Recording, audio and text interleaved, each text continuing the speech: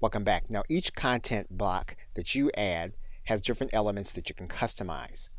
So you notice that we have created a paragraph block here. And if we click inside of this block, then the elements that we can customize become available.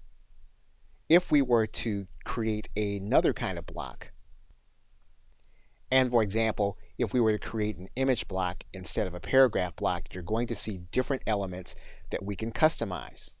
For example, you'll notice here that we have a heading block.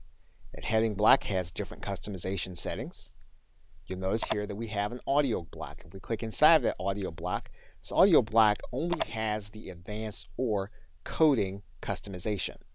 So anytime you add a block to your editor or to your layout page, you're going to want to come to this right side menu anytime you click inside of that block, and then you're going to want to customize it according to the way you want the block to appear on your site.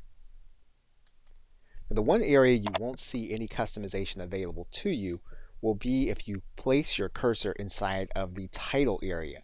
You'll notice that there is no block selected, there's no customization. What you can do is you can place your cursor inside of the title box. You can click the edit button, and then you have the ability to change the permalink to what you want it to be. Okay, so with that, thanks, and I will see you in another video.